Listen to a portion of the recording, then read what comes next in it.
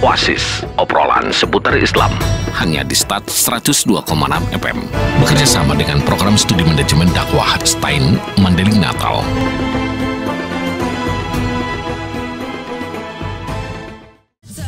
Assalamualaikum warahmatullahi wabarakatuh. 102,6 FM Start Serasi, suara satu kata penuh makna. Pasti selalu di hati, mengudara dari lantai 2 Gedung Star FM, Jalan HMD Lama, Kelurahan Kota Siantar Penyambungan. Pagi Madinah, Madinah pagi.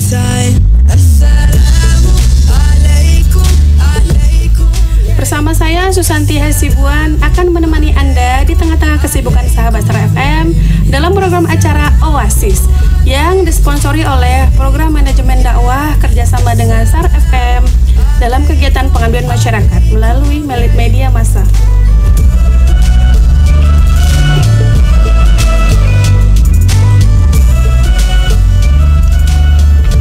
Di hari Jumat pukul 10 akan kita temani sampai ke pukul 11 akan membahas tuntas mengenai isu-isu yang terkait tentang perkembangan yang terjadi di Indonesia.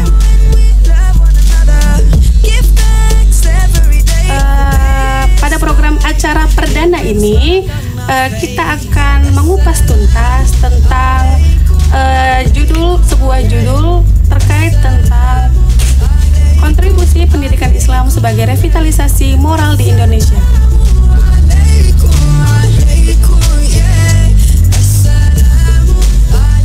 Oke, sudah hadir saat ini bersama kita Ibu Dr. Irma Suryani Siregar. Apa kabar Ibu? Alhamdulillah baik. Gimana Bu, perjalanan ke sini lancar ya? Alhamdulillah lancar walaupun diiringi dengan gerimis tadi. Tadi ya Bu ya. Mungkin sedikit kita perkenalkan ya Ibu ya. Beliau adalah Ibu Dr. Irma Suryani Siregar selaku Wakil Ketua Bidang Kemahasiswaan dan Kerjasama dan dosen pada Prodi Manajemen Pendidikan Islam STAIN Madinah.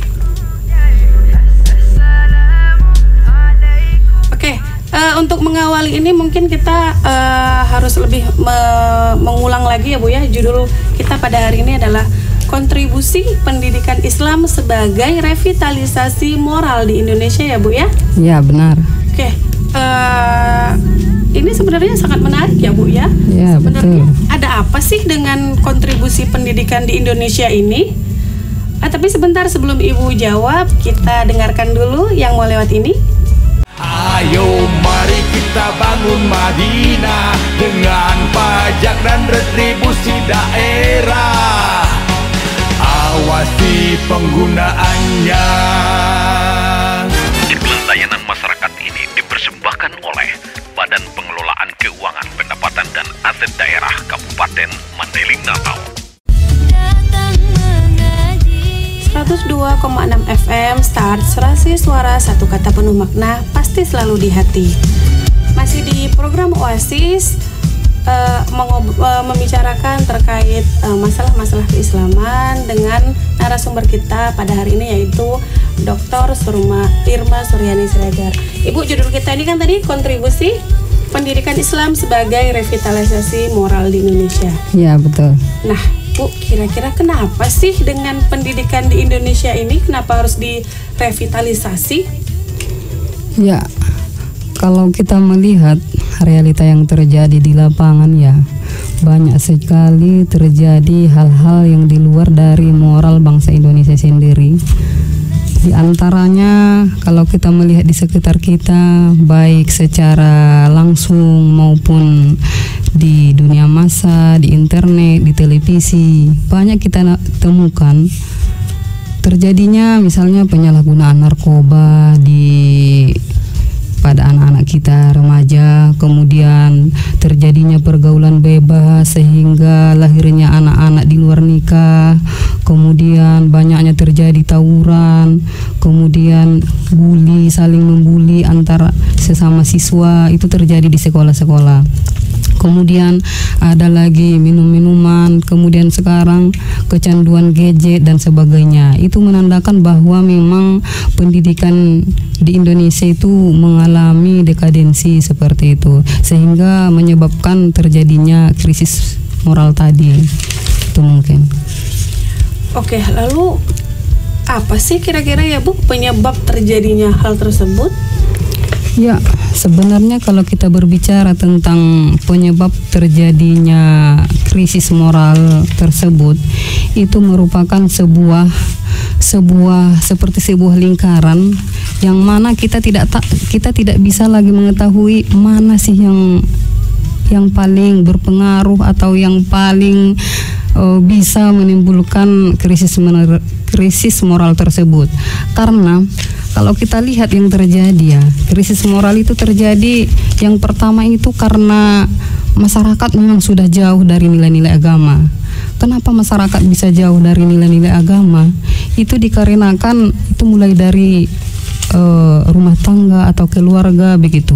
Kita lihat bahwa di keluarga itu banyak orang tua karena kesibukan mencari nafkah atau kesibukan karir di luar, sehingga pengawasan terhadap anak itu kurang seperti itu, sehingga diberikan kebebasan. Yang penting mereka merasa bahwa tugas dan tanggung jawab mereka hanya mencari nafkah, padahal tugas orang tua itu yang paling mendasar itu adalah bagaimana membimbing, mendidik anak supaya mereka tumbuh dan berkembang sesuai dengan potensinya, kemudian sesuai dengan tuntutan agama itu.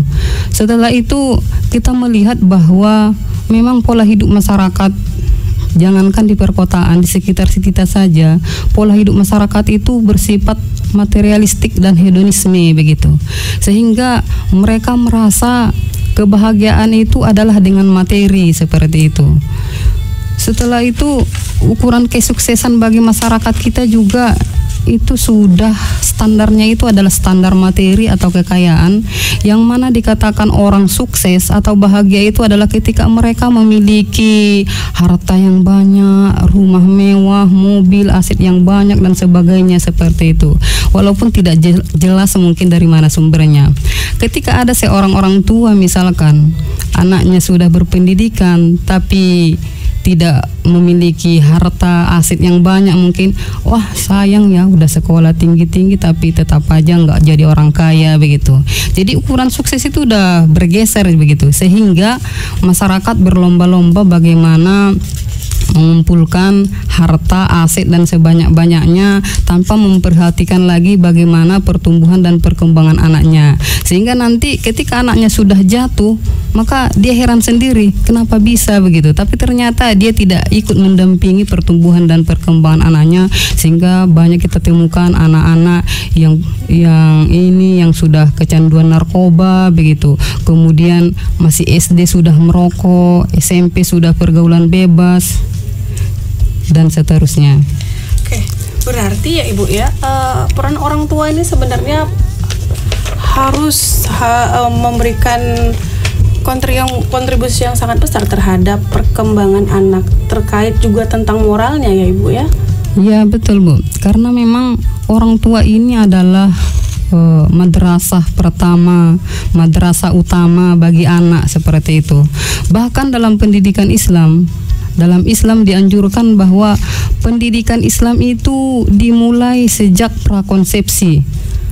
Maksudnya di sini pendidikan Islam itu dimulai dari ketika memang pasangan suami istri itu menentukan calonnya, pasangannya seperti itu.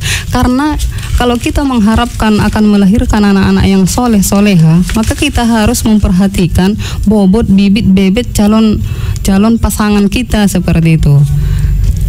Berarti menentukan pasangan kita itu menjadi awal mula untuk membentuk moral anak kita. Ya betul Bu, karena di situ awal mulanya prakonsepsi begitu.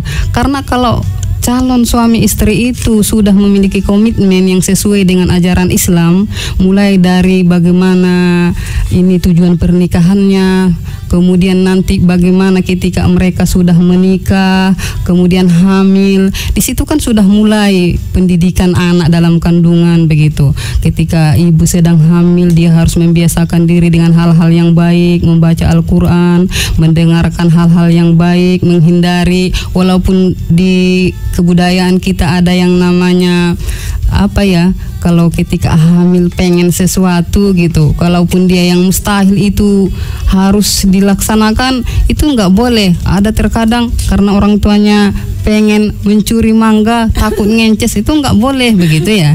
Karena memang pendidikan anak itu dimulai dalam kandungan, bagaimana kebiasaan orang tua ketika mengandung anak tersebut, dan itu akan mempengaruhi perkembangan jiwa anak sejak dalam kandungan begitu.